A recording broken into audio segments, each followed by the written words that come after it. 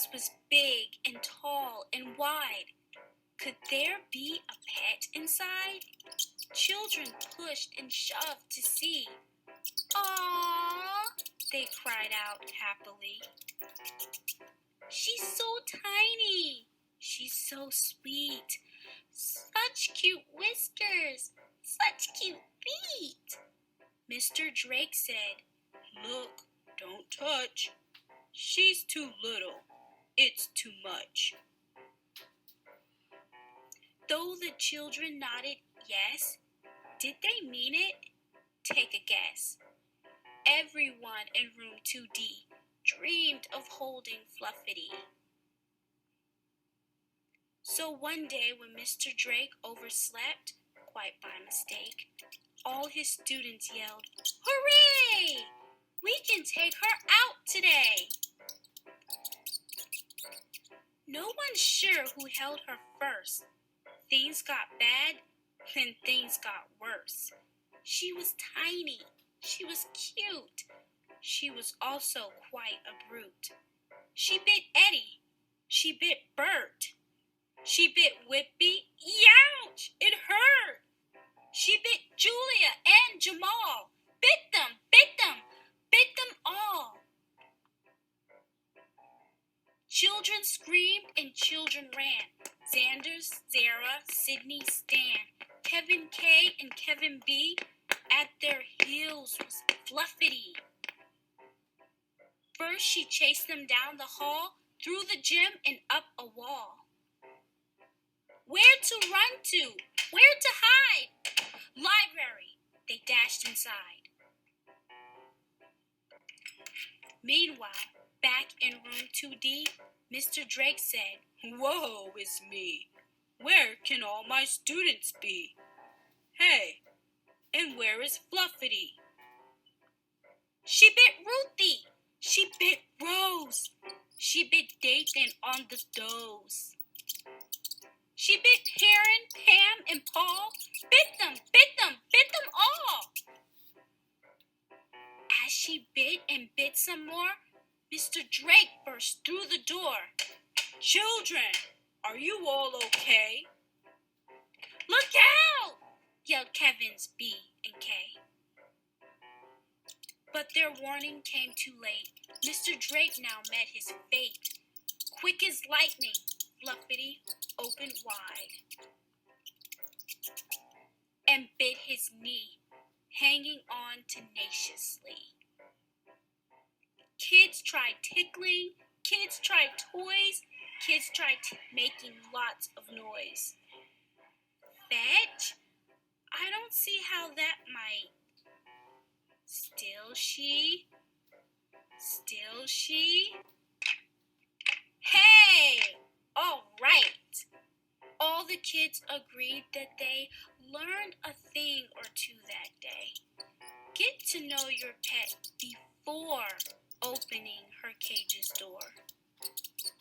Fluffy, they came to learn, had lots of energy to burn. Exercise helped her to be much less prone to injury. Now the kids in room 2D take good care of Fluffity. So much so that Mr. Drake forgave them for their big mistake.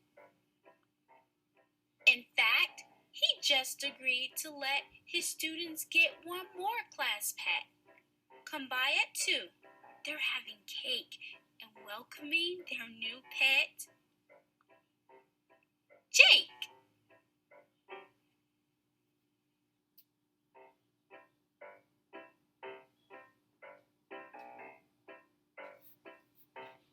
Hi guys, Miss Norris apologizes for her late video uploads. I mean, technology is crazy.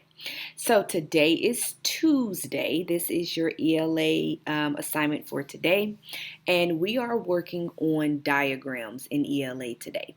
So get ready, get prepared. It's a new week, and remember to join us on Google Hangouts on Thursday, and I will talk to you later. Bye. Leo here just found out he has to do a report on sloths. He checks out a non-fiction book. The title is All About Sloths. This is a little bit different from the fiction books that he's been reading. It's got all these text features. Those are the things that draw his eye to important information and help him understand all the interesting facts. Leo's gonna use those text features to find his way around the text. Yo, Leo opens the book. It looks like nonsense till he looks in the front for the table of contents. It's nothing like the table in his kitchen. It lists big topics with a short description. Leo sees chapter 2 is called Sloth Habitats. Starts on page 15. He flips to that at the top of the page. Just as expected, it says Sloth Habitats in very big letters. That's called a heading. It helps him figure out what this section of the book is all about. There are subheadings too. The chapter's divided by smaller headings like trees and climbing. Leo sees a picture that makes him laugh. A sloth hanging from a branch, that's a photograph. It was taken with a camera, put in the book to show us how a sloth really looks. Underneath the photo, there's a quick description. That's a caption. It tells you what's in the picture. Leo starts to wonder, what's a sloth diet? There's a text feature that'll help him find it. It's called the index. All topics of importance are listed in the back in ABC order. Leo spots diet, that was easy to find. It's on pages 7 through 9. Feeling lost in the book that's non-fiction. Text features will point you in the right direction. The captain has a compass, a pilot has a map. You can use text features to find facts. Feeling lost in the book that's non-fiction. Text features will point you in the right direction. The captain has a compass, a pilot has a map. You can use text features to find facts. Leo keeps reading. It's making him think. He sees that some species of sloths are extinct. Extinct is bold. What's up with that word? It's bold because it's something new to learn. It could be italicized or underlined. Want to know what it means? It's easy to find. In the back of the book, there's something called a glossary, where new words are defined properly. It's an ABC order. Leo looks through the list. He sees extinct means it no longer exists. Now he's flipping through the pages. Hang on, man. He spots a cool image called a diagram. That's a picture that shows different parts of something. So Leo knows how it works, how it functions. There are labels that point out different parts, like stomach, lungs, and his loving heart. This table compares sloths to giraffes. We can also compare with a chart or a graph. These are visual ways of organizing data. So long, sloth. We'll see you later. Peace out. I said we'll see you later. I forgot how slow these guys are. Feeling lost in the book that's non-fiction. Text features will point you in the right direction. The captain has a compass, a pilot has a map. You can use text features to find facts. Feeling lost in the book that's non-fiction. Text features will point you in the right direction. The captain has a compass, a pilot has a map. You can use text features to find facts.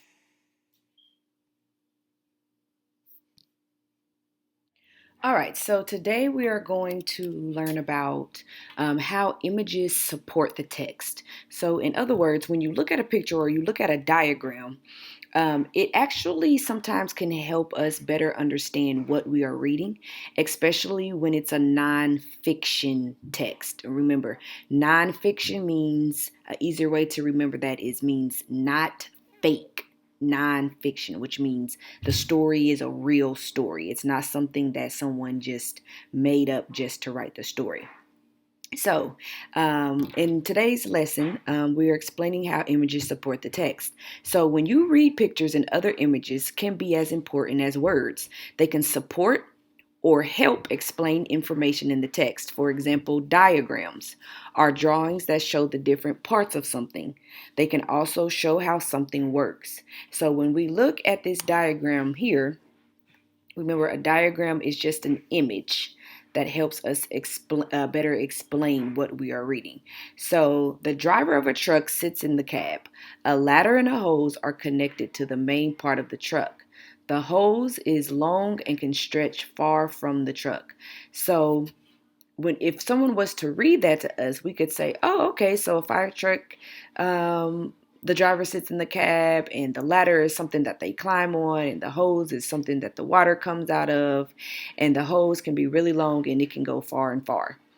But when they actually show you a picture of it, you can say, oh, okay, that's what that looks like.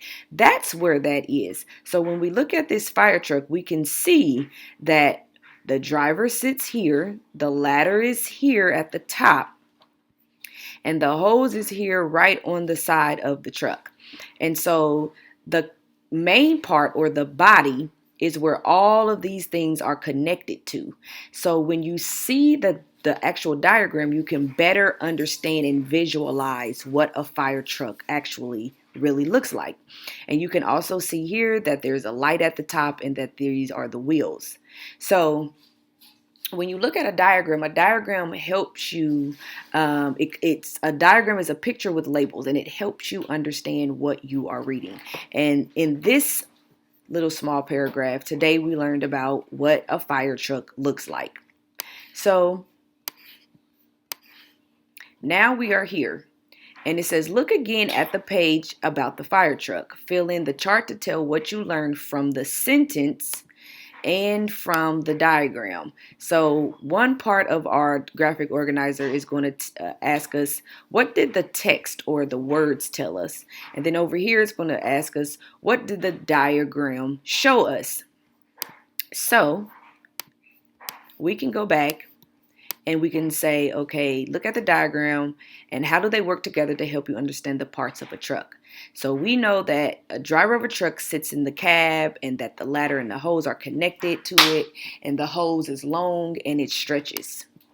So here we can say, what does the text tell us? Well, the text tells us that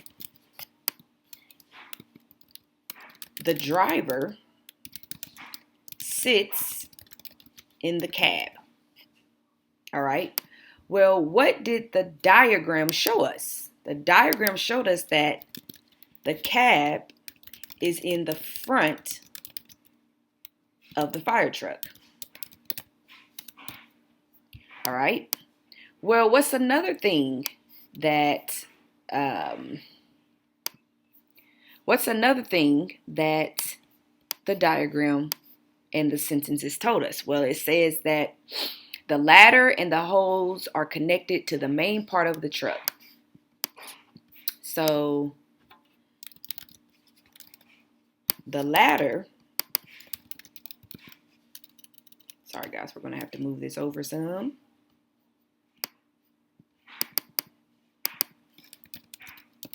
The ladder, can I spell today?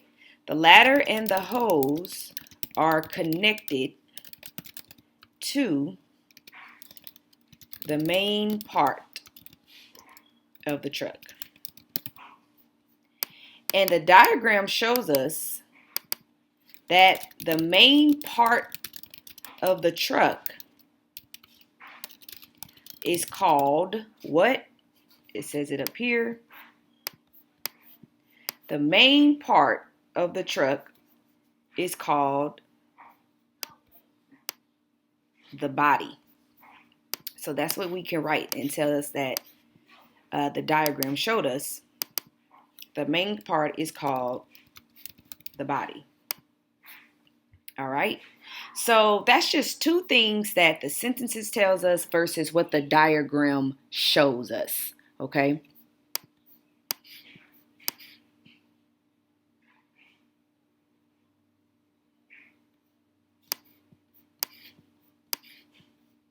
So today, your assignment is to read the inclined plane. You are going to read the paragraph. You're going to pay attention to the diagram. Remember, the diagram is just a picture with the labels that tells you what everything is so you can better understand what you are looking at. And then it says close reader habits right here. Close reader habits. Underline the two sentences that tell you what an inclined plane is. So that is a part of your assignment. So you're reading it, you're looking at the diagram, and then you're going to underline two sentences in the story that tells you what an inclined plane is. And then you're going to circle the inclined plane on the diagram. All right, so that is what you're going to be doing today. And then once you're done with that, you are going to tell what the text tells you versus what the diagram shows you. So what does the text say, and then what does the diagram show you about what the text says? All right, and so then you're going to reread paragraph 3. What are inclined planes used for? What other reasons can you think of for using an inclined plane? All right, so that is your assignment for today. If you have any questions, please feel free to reach out. You can email me, text me, or call. As you do your assignments, pay attention to these boxes here because it actually gives you some information on how to do your assignment correctly. And so I will talk to you on Thursday. And remember, for the next couple of weeks, our last couple of weeks actually, we are going to be having Google Hangouts on Thursdays and Fridays. So I will see you on Thursday. Bye.